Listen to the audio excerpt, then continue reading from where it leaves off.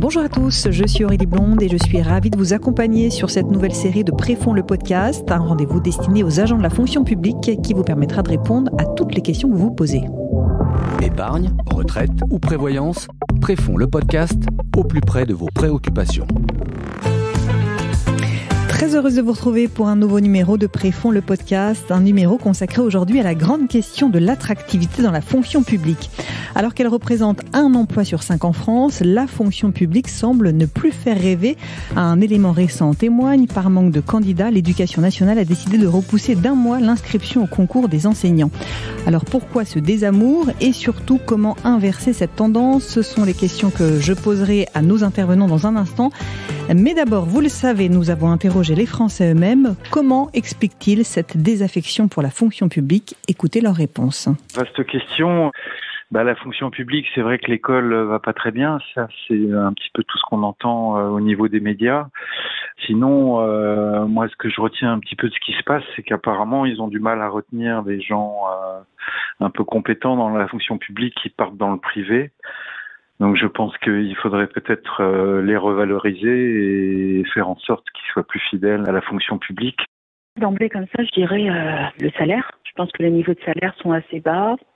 Les possibilités aussi, ça respecte des grilles d'augmentation. Il me semble qu'elles ne sont pas très positives. Le niveau de salaire d'une fin de carrière est assez bas par rapport au privé. Puis j'imagine en fait, pour avoir un bon salaire, il faut passer par des concours. Donc ça demande un investissement qui est autre que dans le privé. Je pense qu'il y a plusieurs raisons à cela. La première raison est très certainement liée à un déficit d'image. Dans le secteur privé aujourd'hui, on parle beaucoup de la marque employeur, et ce qui permet d'ailleurs d'attirer du bon profil. Je pense que la fonction publique est très en retard là-dessus et il y a très certainement des efforts à faire sur ce sujet-là. Probablement que la deuxième raison, c'est les politiques salariales qui sont inférieures au secteur privé, à iso-fonction, responsabilité. Et peut-être qu'en dernier lieu, il y a aussi les contraintes qui sont liées à la fois aux concours et aux affectations qui aujourd'hui ne semblent plus satisfaire la jeune population, la jeune génération. Voilà, des réponses assez variées, le déficit d'image, les salaires. Nous allons en parler avec nos intervenants. Joanne Fora-Porto, bonjour. Vous êtes vice-présidente de l'association FP21, l'association des jeunes agents de la fonction publique. Didier L'Enfant, bonjour. Président de la commission prospective chez Préfonds. Philippe Laurent, bonjour. Bonjour. Maire de Sceaux, président du Conseil supérieur de la fonction publique territoriale. Et Isabelle Sora, bonjour, bienvenue. Bonjour. Présidente de l'association Servir Alumni. Alors, quelques chiffres pour commencer. La fonction publique, je le disais, c'est 1 emploi sur 5 en France, un peu plus de 5,5 millions d'agents, avec 3 versants, fonction publique de l'État, fonction publique territoriale et la fonction publique hospitalière. En 25 ans, le nombre de candidats au concours a été quasiment divisé par 4. 40% des collectivités peinent à recruter. Didier L'Enfant, d'abord, pourquoi Préfonds s'intéresse-t-elle à ce sujet? Oui, alors Préfonds étant un partenaire, bien sûr, de la fonction publique de longue date, elle doit comprendre et connaître les préoccupations des agents publics afin d'innover et de proposer des solutions pertinentes pour les agents en matière de retraite supplémentaire. Isabelle Sora, qu'est-ce qui explique les difficultés de recrutement de la fonction publique selon vous? Beaucoup de choses ont été dites par votre sondage.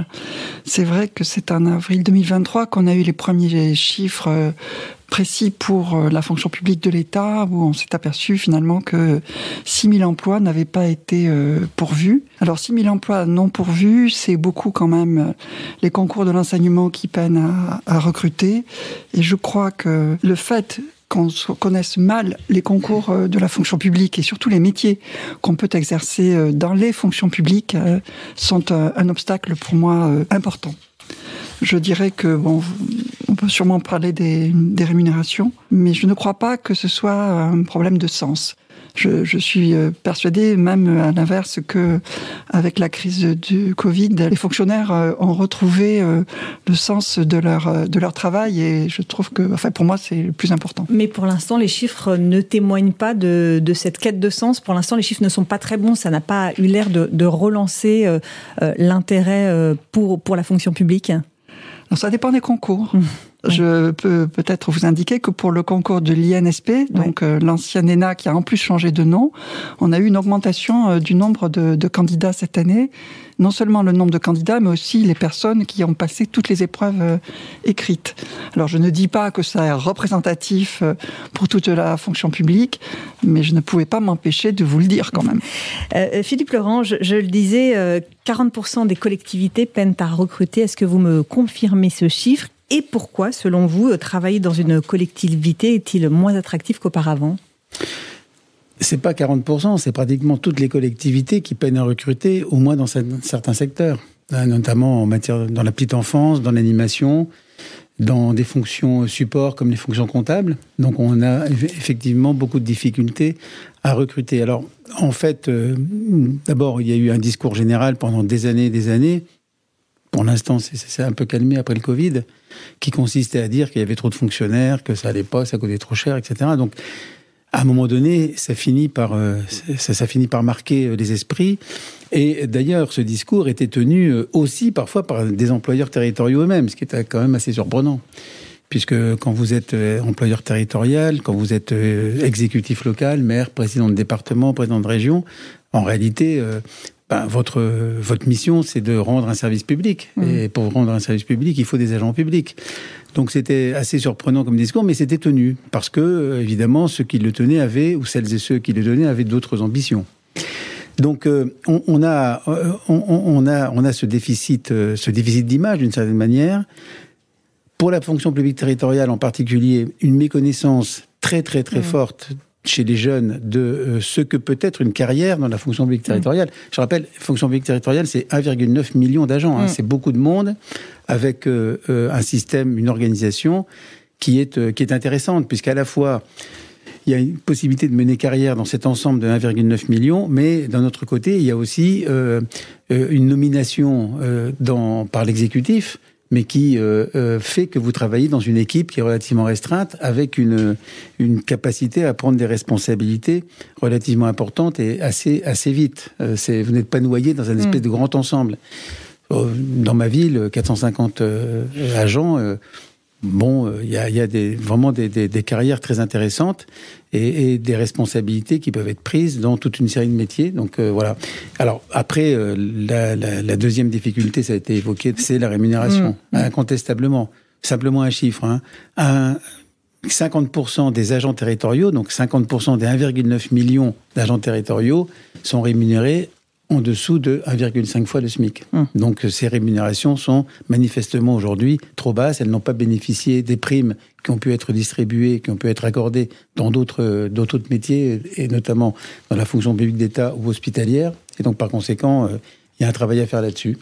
Joanne Faure-Porteau, est-ce qu'on peut parler vraiment de désamour des jeunes pour la fonction publique ? Est-ce que le terme de désamour est un peu fort ? On l'entend souvent. Alors, je ne sais pas si on peut vraiment parler d'un désamour. En tout cas, ce qui est certain, c'est que c'est difficile de tomber amoureux de quelqu'un qu'on ne connaît pas.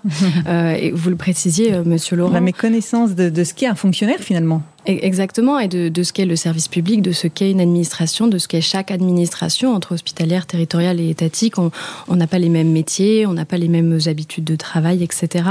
On le disait juste avant, on a hérité quand même de plusieurs années de fonctionnaire bashing. Donc les jeunes ont quand même grandi avec cette idée et tous ces clichés en tête. Encore aujourd'hui, on se dit, un fonctionnaire, c'est celui qui travaille entre 9h et 16h. Donc on hérite de tout ce passif un peu culturel. Pour autant, on a quand même un chiffre assez récent d'une étude de la DGAFP sur les jeunes dans la fonction publique, et 30% des jeunes envisagent leur avenir dans la fonction publique. Donc j'ai envie de dire, il faut qu'on s'accroche à ce chiffre-là, qui n'est pas si négligeable, qui pourrait, je pense, mériter à être agrandi, à monter à 40-45%. Mais pour autant, il faut qu'on travaille sur effectivement les métiers qui sont encore aujourd'hui mal connus. On est nombreux à ignorer qu'on peut aujourd'hui être chef de projet, informaticien, géomaticien, cuisinier dans la fonction publique. Donc c'est sûr qu'il faut travailler là-dessus. Il faut peut-être travailler aussi sur la complexité des recrutements. On l'a entendu dans le micro-trottoir, ces questions de concours. Il y en a certains qui ont même dit il faut que je passe par l'étape concours pour avoir un meilleur salaire. Je pense que c'est extrêmement complexe. Plutôt qu'un désamour, peut-être que parfois on a une incompréhension et une timidité où on se dit je ne peux pas candidater puisque je n'ai pas passé les concours, et beaucoup ignorent qu'on a quand même la voie contractuelle qui permet aussi de de tester en fait cette relation avec le service public avant de décider s'engager pour toute la vie à travers un concours. Et encore aujourd'hui, devenir agent public, c'est quand même profondément marqué par des déterminismes culturels et familiaux. Je pense que vous demandez aux agents publics, la plupart ont au moins un fonctionnaire dans leur famille, si ce n'est parmi leurs 2 parents. Et c'est là-dessus aussi qu'il faut qu'on travaille à aller démocratiser et faire parler de notre belle fonction publique. Isabelle Seurat, quels sont les métiers les plus en tension ? Alors nous avons déjà parlé de l'enseignement. Oui. Je pense qu'on pourrait évoquer aussi la fonction publique hospitalière. Pour ce qui est de l'État, je pense que c'est surtout les métiers dans lesquels on est en concurrence avec le privé, notamment les métiers d'ingénieur. Donc il y a des travaux qui sont conduits sur le numérique, parce que c'est un métier sur lequel on est en grande difficulté, mais on pourrait avoir aussi l'immobilier. J'aurais envie de dire surtout que ce qui m'intéresserait, c'est qu'on travaille sur l'avenir. C'est pour moi quels sont les métiers dont on a besoin pour faire la transition écologique de notre pays. Et aujourd'hui, je n'ai pas connaissance de travaux qui sont conduits pour dire voilà les fonctionnaires dont nous aurons besoin dans les 3 fonctions publiques dans maintenant 5 ans, 10 ans ou 15 ans. Et je trouve que c'est ça qu'il faudrait faire, parce que là, on va encore avoir des sujets de concurrence entre le secteur public et le secteur privé. Et comme on l'a déjà dit, on n'est pas sûr de gagner à tous les coups, alors même que sur la transition écologique, il y a des choses qui seront faites dans les collectivités ou dans l'État qu'on ne pourra faire que dans des structures publiques. Juste une petite chose, ces difficultés de recrutement, elles concernent aussi la haute fonction publique ? Alors, pas à ma connaissance. Donc, je vous donnais les chiffres concernant le concours de l'INSP. Nous avons aussi de bons résultats sur les concours des IRA. En tout cas pour la fonction publique de l'État, et puis la possibilité de recruter des contractuels, y compris pour les fonctions les plus élevées dans la fonction publique ou dans l'État, je pense fait que nous ne sentons pas cette tension. Philippe Laurent, je voulais qu'on revienne sur ce que vous avez évoqué, peut-être un peu plus précisément, sur ce que disait d'ailleurs un récent rapport de l'OCDE, ce manque de visibilité de la diversité des métiers, c'est vraiment de ça dont souffre la fonction publique aujourd'hui ? En ce qui concerne la territoriale, en tout cas, oui. C'est peut-être moins vrai pour l'hospitalière, parce que tout le monde voit comment fonctionne un hôpital, etc. Donc ça parle plus. Mais dans la territoriale, je pense que c'est tout à fait cela. Par exemple, un exemple de la diversité des métiers. Nous avons un cinéma qui est géré en régie directe par la ville. Donc le projectionniste de cinéma est un agent public, c'est un fonctionnaire. Personne n'imagine qu'on puisse faire ce métier en étant dans la fonction publique. Donc il y a vraiment un manque de connaissances. Joanne disait tout à l'heure, pour rentrer dans la fonction publique, et notamment territoriale, il faut avoir des parents qui y travaillent ou quelqu'un dans sa famille. C'est parfaitement exact. On n'arrive pas à inverser cette tendance. Finalement, ça non, reste... parce que l'image n'est pas positive. En gros, si vous dites... Vous êtes avec des camarades de promo, et puis vous dites, moi je vais rentrer à la mairie, c'est pas valorisant. Alors qu'en réalité, les métiers sont à la fois très valorisants, et encore une fois, la possibilité de mener carrière, et puis surtout d'avoir un sens fort à son métier, existe tout à fait. Donc on a vraiment un vrai travail à faire en matière de communication, d'information, de développement de la marque employeur. Alors c'est en train de se faire. On a plutôt progressé ces derniers temps, parce que nous avons donc l'ensemble des employeurs territoriaux. On a mis en place une coordination des employeurs territoriaux qui rassemble les associations d'élus, en fait, les associations des maires, des présidents de département, présidents de région, etc., France urbaine, pour justement développer ensemble un discours qui valorise les métiers territoriaux. Mais il faut qu'on le fasse ensemble. Et c'est là où c'est compliqué. On ne peut pas compter sur l'État pour le faire. C'est d'ailleurs pas forcément son rôle a priori. C'est à nous de le faire, nous, employeurs. Mais il faut savoir que dans les collectivités territoriales, le rôle d'employeur est quelque chose qui est relativement nouveau. Enfin, le ressenti du rôle d'employeur, la conscientisation du rôle d'employeur est quelque chose de relativement nouveau. Donc, c'est en train de se mettre en place. Joanne Forat-Puerto, vous me disiez en préparant cette émission que le changement devait aussi venir des agents publics, et dans une autre façon de communiquer aussi sur leur métier. Oui, absolument. Je pense qu'on l'a dit, il y a cette méconnaissance des métiers, parfois même du service public et de ce qu'il représente, de l'étendue des services. On n'a peut-être pas tous nos concitoyens qui sont vraiment au fait de ce que cache en fait le service public. Beaucoup parfois ne se rendent pas compte que effectivement nos rues sont propres, nos jardins sont entretenus, les écoles tournent, les hôpitaux accueillent nuit et jour. Je pense que le Covid a beaucoup aidé là-dessus, mais qu'on mériterait à pouvoir mieux faire comprendre ce qu'est le service public et ce qui se cache derrière. Et c'est aussi une responsabilité qui doit être incarnée par les agents publics. Aujourd'hui, on est nombreux à se présenter, notamment sur les réseaux sociaux, puisqu'on parlait des jeunes. Beaucoup d'agents publics vont se désigner par leur titre, c'est-à-dire attaché territorial, attaché de l'État. Oui, c'est pas forcément très parlant. Effectivement, c'est pas très très parlant pour quelqu'un qui n'est pas un tant soit peu familier de ce milieu-là, et on retombe encore dans ces déterminismes culturels et familiaux. Et communiquer sur nos métiers et sur cette diversité, c'est aussi faire comprendre à nos agents qu'ils doivent communiquer sur le poste qu'ils ont. Mais aujourd'hui, on est encore très attachés, et ce qui se comprend aussi à ce grade. Mais il faut comprendre qu'à l'extérieur, ça n'a pas de sens, en fait. Je pense que c'est un des axes sur lesquels on pourrait travailler. Alors, quels sont les autres axes sur lesquels travailler ? J'ai envie de vous entendre tout sur les solutions, selon vous, pour rendre cette fonction publique plus attractive. Isabelle Sora ? Je suis convaincue qu'il faut redonner du sens et donc redonner des exemples de ce qu'on peut faire, de comment ça marche. Et en ce sens, comme vous l'avez dit, c'est vraiment ce qui s'est passé avec la crise Covid était ceci très instructif. Mais l'État ou les collectivités n'en ont pas tiré profit non plus suffisamment, me semble-t-il, pour dire voilà ce qui a pu être fait grâce à nos fonctionnaires et rejoignez-nous.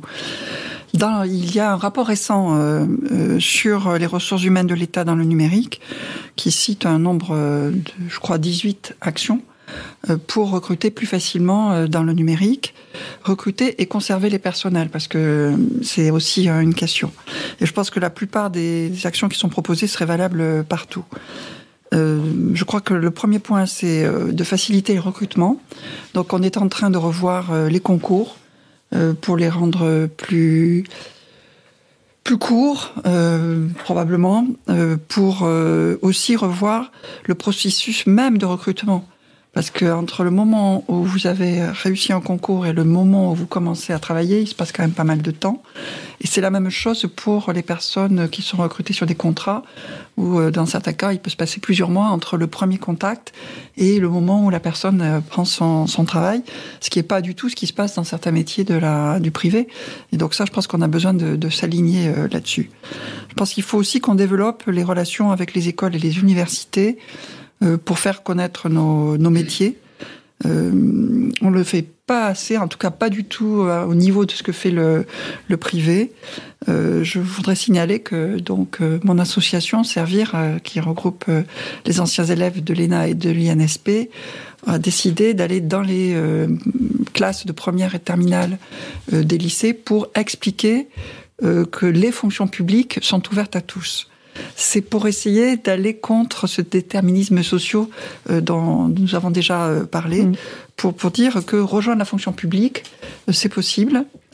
Alors on y va avec des représentants de tous les métiers. La dernière fois que je l'ai fait, c'était à Marseille, avec quelqu'un qui travaillait, une infirmière, et une autre qui était une assistante sociale dans une collectivité.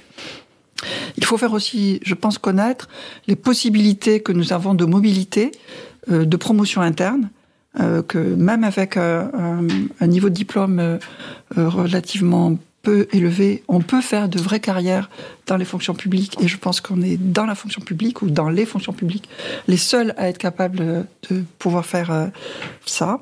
Et puis, je suis persuadée aussi qu'il faut changer nos conditions et notre organisation de travail.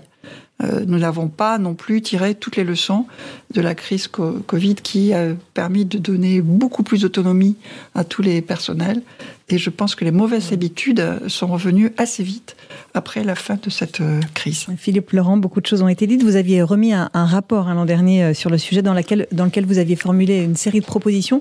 Quelles sont pour vous les priorités, même si Isabelle Sora en a sans doute déjà formulé certaines ? Oui, donc ce rapport a été remis en effet en janvier 2022 à la ministre Amélie de Montchalin. Il portait sur la fonction publique territoriale spécifiquement, parce que tout ce que vient de dire Isabelle Sora, je le partage, et ça faisait partie en effet de nos propositions. Mais plus spécifiquement pour la fonction publique territoriale, qui est quand même une fonction publique assez particulière, puisqu'encore une fois, il y a cet ensemble, mais à chaque fois, il y a un employeur. Donc c'est plusieurs dizaines de milliers d'employeurs, en fait. Donc c'est peut-être plus complexe à appréhender que peut-être la fonction publique d'État, encore que j'en suis pas certain, enfin, ou de la fonction publique hospitalière. Et donc, nous avons mis évidemment l'accent sur la rémunération, ça c'est clair. J'y insiste parce que la situation a encore empiré. En 2022, par exemple, le pouvoir d'achat des agents territoriaux a baissé, ce qui n'est pas le cas pour l'État et pour l'hospitalière, par exemple. Alors, donc c'est une situation qui plutôt s'aggrave de ce point de vue. Donc là, il y a vraiment un travail à faire.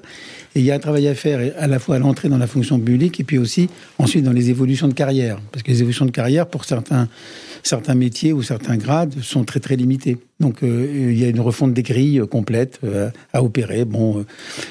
Bon, le ministre en est conscient et donc nous y travaillons ensemble. Mais bon, ça demandera à la fois un travail important, mais surtout, ça demandera des moyens supplémentaires pour les collectivités territoriales, si on veut garder le niveau de service tel que nous le proposons à l'heure actuelle. Il y a également les concours, donc je partage tout à fait. Développement de l'apprentissage. Or, on a un souci de financement, justement, de l'apprentissage à l'heure actuelle. Donc, c'est un vrai problème sur lequel nous discutons là aussi avec le gouvernement. Et puis, il y a un point sur lequel on avait beaucoup... Alors, la connaissance, marque employeur, tout ça, on en a déjà parlé. Et puis, il y a un point sur lequel on a beaucoup insisté, c'est le retard que nous avons, d'une manière générale dans la fonction publique, mais encore plus dans la territoriale, sur tout ce qui est accompagnement, c'est-à-dire tout ce qui est action sociale, tout ce qui est aide au logement, protection sociale complémentaire, etc. Là, nous sommes très, très en retard. C'est d'ailleurs assez inimaginable de penser ça, alors que dans le privé, l'accord unique a été passé, interprofessionnel unique, l'ANI, l'accord national interprofessionnel, pardon, a été déjà... ça a 10 ans, presque 10 ans. Et nous, on est encore, pour certaines collectivités, à 0 de participation à la mutuelle complémentaire ou à la prévoyance. C'est inimaginable de penser ça. Donc on a un énorme retard à rattraper. On est en train de le faire, donc ça va être fait, bien sûr. Ça va être fait dans les années qui viennent. On en a pris conscience, mais tout de même, ça crée un frein tout à fait clair à l'attractivité. Donc voilà les principales mesures. J'ajoute aussi la préoccupation de la qualité de vie au travail, qui n'était pas forcément très présente dans beaucoup de collectivités jusqu'à maintenant, et pour lequel donc les maires, présidents de département ou de région, sont maintenant beaucoup plus sensibilisés. Joanne Fora-Porto, comment attirer les jeunes ? La première étape, c'est de comprendre quels sont leurs besoins et comment on peut, nous, s'adapter et muter pour y répondre. Le premier axe, c'est, je dirais, tout simplement de parler leur langage. Alors, d'aller là où ils sont, sur les réseaux sociaux, par exemple, mais également dans les lieux où ils sont. Et je pense que c'est ce que cherchait un peu à incarner le premier forum Choisir le service public qui était organisé à Station F. On sortait un peu d'un cadre institutionnel. Je pense que c'est cette piste-là qu'il faut suivre. Les questions de télétravail aussi, par exemple, on en a beaucoup parlé. La fonction publique a beaucoup évolué là-dessus. Aujourd'hui, on a de vraies possibilités, des vraies adaptations. Pour autant, la plupart des fiches de poste des administrations publiques ne mentionnent pas ce télétravail. Et pour autant, on a une étude qui a été réalisée par LinkedIn qui indique très clairement qu'une fiche de poste qui renseigne les questions de télétravail a 20% de plus de visibilité. Et pour autant, nous, on ne communique pas assez là-dessus. Donc ça, c'est une première étape. La deuxième, quand on dit parler leur langage, c'est aussi leur parler projet, impact. On le sait aujourd'hui, c'est évident, le service public, c'est l'intérêt général. Ce qui parle aussi aux jeunes, c'est de se dire pourquoi je rejoins cette administration, quel projet impactant je vais pouvoir travailler et contribuer. C'est important aussi de ne pas seulement vendre une carrière ou un poste, mais aussi ce qui va faire le quotidien de l'agent en termes de projet. Et un dernier axe, on le mentionnait, il y a la question des formes et des organisations du travail. Un autre chiffre qui interpelle, on a 73% de la génération Z qui est désireuse d'organiser librement ses horaires de travail. Bon, il faut qu'on trouve un juste milieu, on s'entend bien, mais effectivement, ça traduit bien qu'il faut que d'un côté, nos administrations mute, fasse des différentes propositions. Est-ce que finalement on doit avoir un horaire d'arrivée et de départ qui est immuable, ou est-ce qu'on peut avoir une tranche horaire de 30 minutes, voire de 2 heures pour certains postes? Bon, je pense que des solutions quand même existent. On se l'entend bien, ça dépend des métiers, mais c'est ça aussi qu'il faut creuser. Donc attirer les jeunes, c'est comprendre leurs besoins et faire en sorte que chacun fasse un bout de chemin. Alors, il faut les attirer, il faut aussi savoir les garder, ce qui pose la question de l'évolution des carrières et la possibilité, par exemple, de passer d'une fonction publique à une autre. Dans les faits, rien ne l'empêche et pourtant, vous allez l'entendre, il existe des freins. Écoutez à ce sujet, Sarah Deslandes, elle est chef de projet à la délégation interministérielle à l'encadrement supérieur de l'État. Passer d'une fonction publique à une autre, c'est un des enjeux du statut de la fonction publique quand il advient en 1983. C'est-à-dire que les grilles, les cadres d'emploi dans les différentes fonctions publiques, donc d'État, hospitalière et territoriale, obéissent à un principe d'homologie qui doit justement favoriser cette mobilité qu'on appelle interversant aujourd'hui, et donc permettre de manière fluide de travailler à l'État, puis à l'hôpital, puis peut-être en collectivité. Donc, effectivement, les mobilités interversant, elles sont prévues dès l'origine du statut. Il n'y a donc pas d'obstacle statutaire à leur déroulement. En revanche, ce qu'on constate, c'est que ces mobilités-là, elles sont loin d'être majoritaires aujourd'hui dans la fonction publique, c'est-à-dire que la plupart des fonctionnaires déroulent une carrière et un parcours professionnel dans leur versant d'origine. Alors, plusieurs explications à ça. D'abord, de manière assez simple, mais qui est finalement un facteur d'explication très important, c'est une forme de méconnaissance des univers professionnels, c'est-à-dire que quand on commence sa carrière dans les collectivités territoriales, on ne connaît pas forcément la fonction publique d'État. Selon le domaine dans lequel on travaille, en plus, on n'a pas forcément de partenariat avec les autres fonctions publiques. Et donc, parce que je ne connais pas l'autre fonction publique, je n'ai pas l'idée d'y faire une mobilité. Ensuite, il y a une autre raison qui est celle des logiques métiers et des compétences. Il y a certains métiers qui sont pas forcément transférables dans les autres versants. Il y a des formes d'identité professionnelle qui peuvent être fortes dans certains versants de la fonction publique. Et puis, il y a aussi tout simplement une forme aussi d'autocensure et de manque de modèle chez un certain nombre de fonctionnaires. Et du coup, quand vous n'avez pas autour de vous d'exemples de gens qui eux-mêmes ont bougé, ont fait des mobilités dans d'autres fonctions publiques, vous n'avez pas forcément l'idée de le faire, voire quand vous avez l'idée, vous rencontrez plutôt des freins. Donc c'est aujourd'hui un des enjeux de permettre que tout ce qui est rendu possible par le statut soit réellement vécu par les fonctionnaires qui souhaitent faire des mobilités. Avant de laisser Didier Lenfant conclure cette émission et réagir à tout ce qu'il a entendu, peut-être une réaction de chacun sur ce sujet de l'interversant et cette complexité. Qui veut réagir à ce qui a été dit à l'instant? Philippe Laurent?